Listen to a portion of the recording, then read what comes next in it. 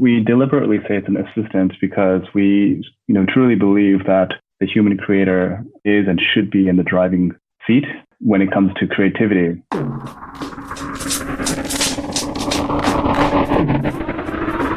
You're listening to Music Growth Talks, the podcast for musicpreneurs, with Andrew Apanov.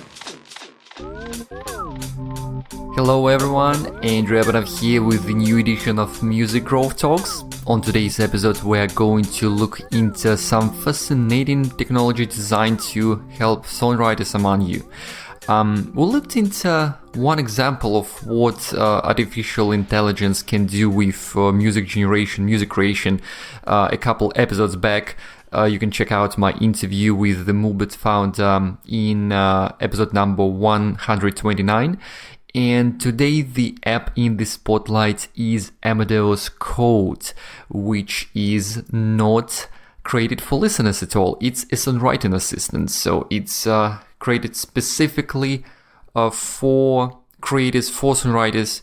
And I will leave it to the startup's co-founder, Taishi Fukuyama, to explain what it means exactly.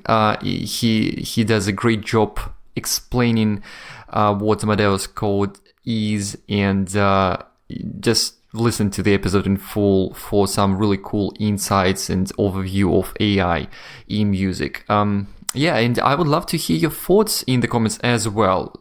Are you on board, or do you feel threatened by Amadeus Code as a music producer, for example? Do let me know whatever the feedback, the reaction is by emailing me at metaandrew@datamusic.com or leaving a comment on Instagram, on SoundCloud, on Twitter. Please also consider becoming a patron of the show at patreon.com/Andrew Apanov. So do let me know what you think. Feel free to leave some comments on the social media profiles of Amadeus Code as well. Give the platform a shot. And thank you. And here we go. It's a pleasure to have you on Music Growth Talks. Please let me know how you're doing today. Pleasure. Looking forward to talking to you today.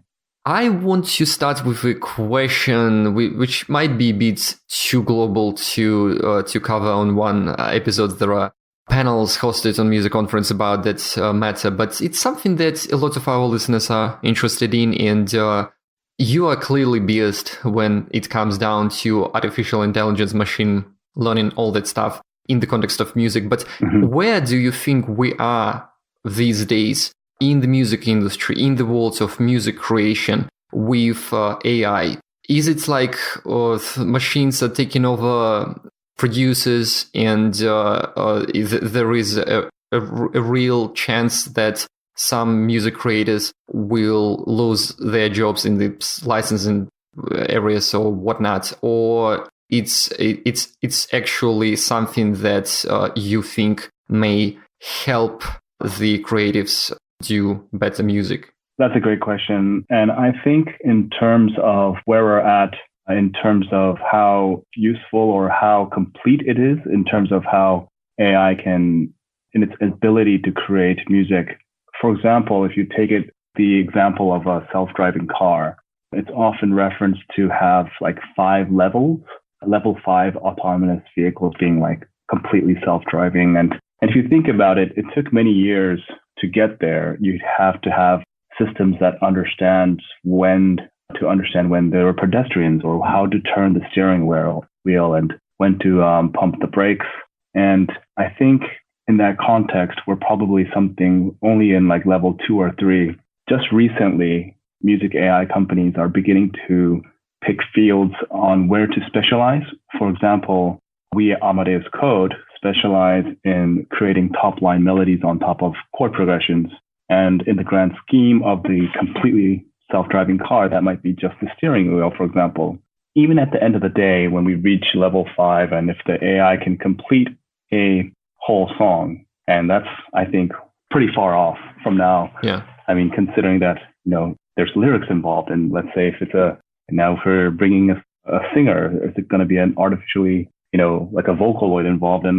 But even with all that included, we still have to think about how relevant that will be when, as listeners and consumers of music, fans of music, do we really relate to algorithms, I think we really relate to the humans that, present their story, and the contextual meaning on how it's presented or when it was presented even could be so important when a piece of music is actually, not just made, but presented to the listener. Yeah, that makes sense. And even with your example with self-driving cars, it's not like regular consumers of cars will necessarily want a fully autonomic self-driving car. It's convenient to have some of the features automated, but it doesn't mean that I personally wouldn't want to remove myself from the process of driving a car. It's more about, I guess, business implications of it. It's kind of complex, but I really like the analogy, and what you mentioned makes sense. And it seems like you found a really interesting niche. This is what I started exploring recently, like how exactly AI music companies can work with creatives in one way or another. It's not like trying to replace a music creator, but trying to I didn't even know how to describe it properly. Create this environment for that make it easier to create something. So I mean, the anyone who's checked out the links in the show notes, and we'll talk more about how to find out more about Amadeus Code. But for anyone who's, it's the first time they hear about the platform, so maybe you give it a general overview of how it works exactly. Sure thing. So Amadeus Code is a AI-powered songwriting assistant.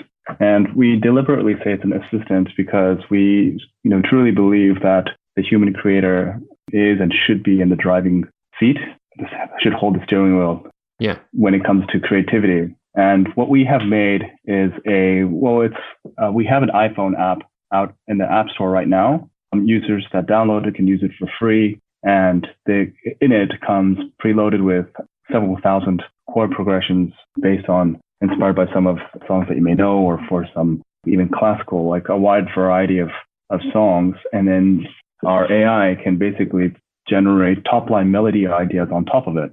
The output of the app is, again, kind of deliberately abstract in the way that it produces results. It's just a chord progression, a top line, and a basic, like a bass channel. And it's not like a whole arranged song that's meant to kind of fast track human, or like replace human creativity, as you said. It kind of gives you like a sketch of a song, and you can also work with the app collaboratively and navigate how it produces those melodies too. For example, you could dial in some parameters, say, I want my hook to have a lot of range, a lot of low notes and high notes, or maybe the results were a little bit too choppy for you, so you want to maybe broaden the note lengths. And so you can kind of collaboratively work with the AI to produce the results that you want. And I think that although, unlike, for example, like if you're a songwriter and if you've used a thesaurus before, you're using technology to extend your lyrical creativity, right? But the main difference here is that, the thesaurus doesn't necessarily create phrases for you. It's just tapping into analog offline technology that gives you ideas for words. Yeah. Our technology gives you phrases of notes, completely unique ideas. And I think that's the kind of evolution of what AI brings to the table in terms of just looking at it as another tool, but how it differs from past technologies is in its ability to create unique phrases of, for example, words, or now in our particular instance, how it can create unique melody phrases. Yeah, no, that makes sense. It really interesting stuff. There's something you mentioned about collaboration, and you were talking about collaboration as in the person using the app. I try to avoid using the word user, but I hope that our listeners understand.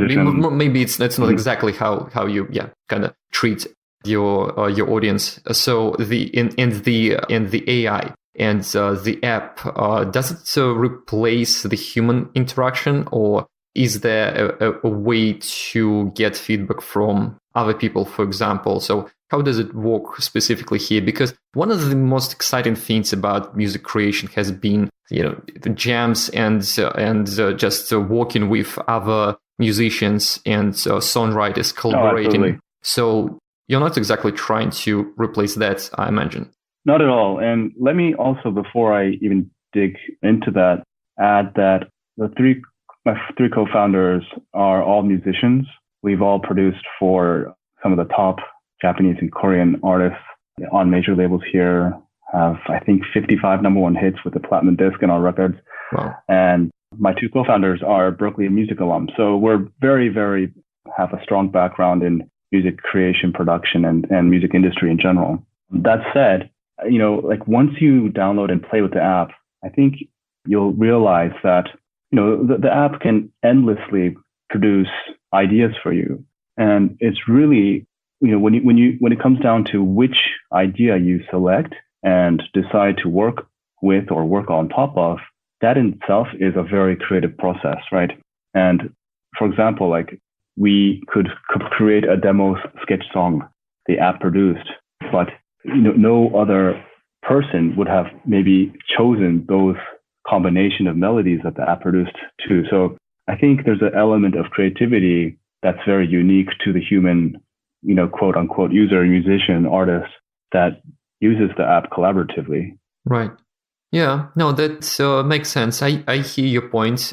I kind of see how there is a category of musicians and artists who's probably been doing it for quite some time, who really prefer the manual way, and because it's the skills they acquired, maybe it's similar to what happened to the photo and film industries, and with digital photo replacing the need of doing anything. Like, I don't know, like I just see that Sure. It's not something that everyone will appreciate equally, but I think that the tools like that it's basically the future. It's more a question about if you embrace it and use it to create something unique and your own or not. So anyways, it's really interesting here in terms of how you use it. I really like that it's a mobile first platform. So it's only a mobile app, right? And right now iOS, so not right now for all yes. Android plans anytime soon. Yeah, well, we have a kind of like a Google form for an Android waitlist. So if you're an Android user like myself, I have an iPhone too, of course, but we'd love to have you sign up, and so we can inform you when that's ready. Okay, yeah, but that's cool. I like that it's designed as a mobile app. I think it makes sense, and it makes it more mobile. It kind of makes sense. So, any interesting case studies or examples of how the app has been used? So maybe there have been particularly interesting songs recording with the help of Amadeus Code, or you want to comment on what kinds of artists use the app usually. So we just we just came out of a private closed beta, not even half a year ago, I guess, almost half a year. So I'm not sure if there's any professionally released music out yet, although I know that it's actually in the pipeline, which is very exciting.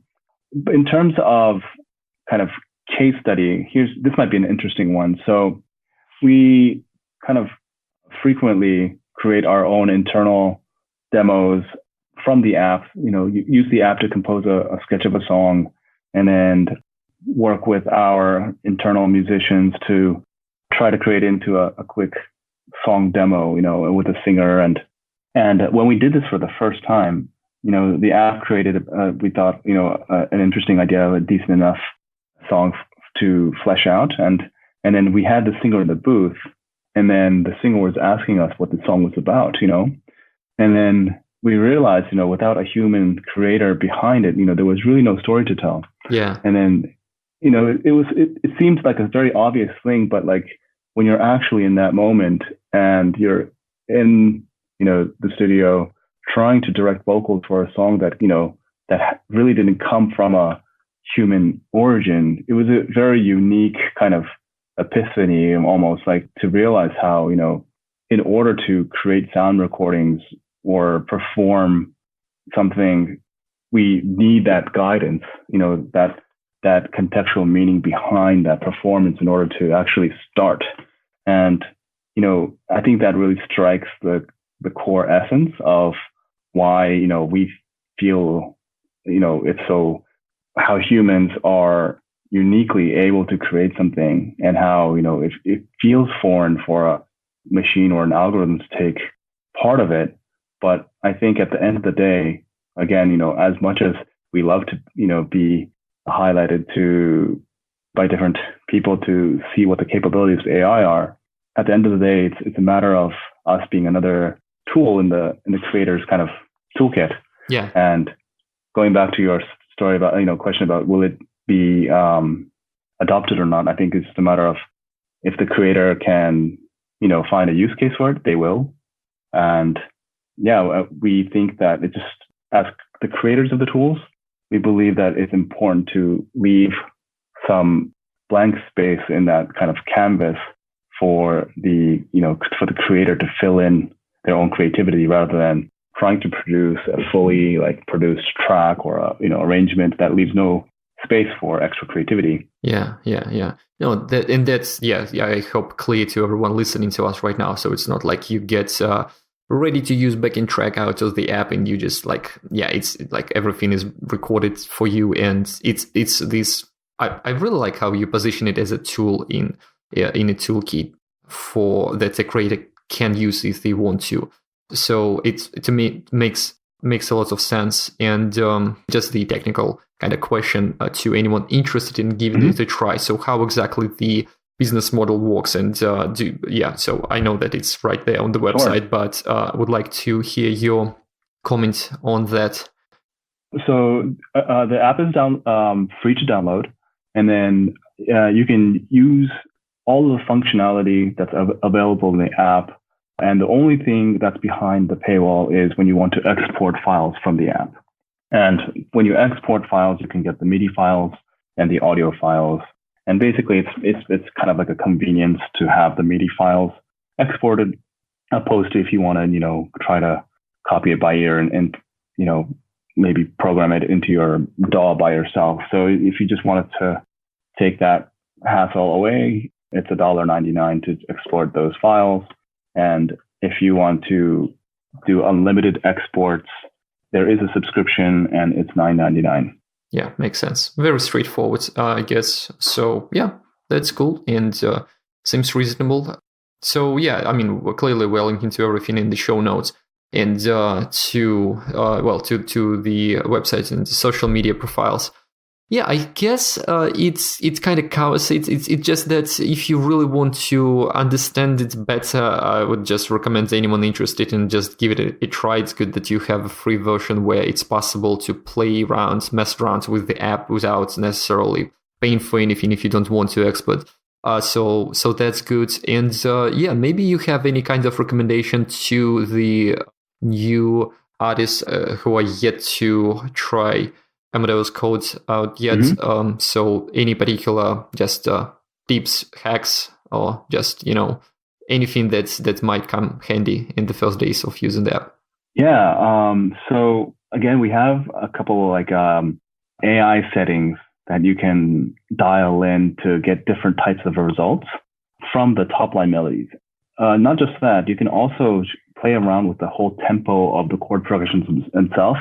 So imagine if you go to, we have a section in the app titled Discover, and that's kind of like the library of chord progressions that you can search from. And you can search by genre, song title, artist name, and also even some contextual stuff like mood as well. And hopefully that'll be an interesting way to kind of, first search for new chord progressions that perhaps you haven't heard of or thought of, or you can actually even go look for the song that you like already and play around with the tempo and make it into a kind of a new, completely different feel, and then compose a new song on top of that based on the settings that you dial in.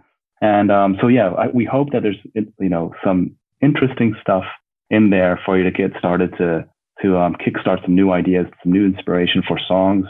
And not only that, again, we are a bunch of musicians, and we love to hear your feedback and incorporate the features that you think that are going to be important for people like us, musicians. And it's really I think it is really important that we have a say in how these tools are built rather than kind of being forced products down, our throats by quote unquote tech companies. And we really don't kind of associate ourselves as, like that. We think that we are building tools for musicians. So, we'd love to, hear from people that have opinions about the app, whether it be positive or negative.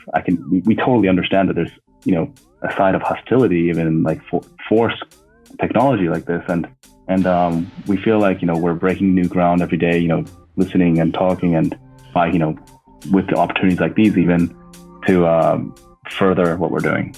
Excellent. Keep up the great work. Really looking forward to the updates and the news around the platform.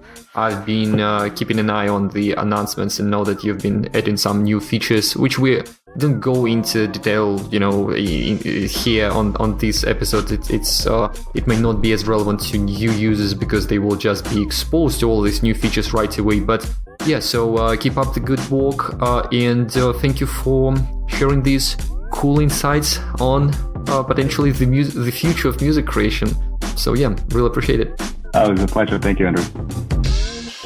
Thank you all for listening, and as mentioned, please do let us know what you think. I'm really curious to hear your thoughts on this one, and also I would really appreciate feedback of everyone who has tried the app.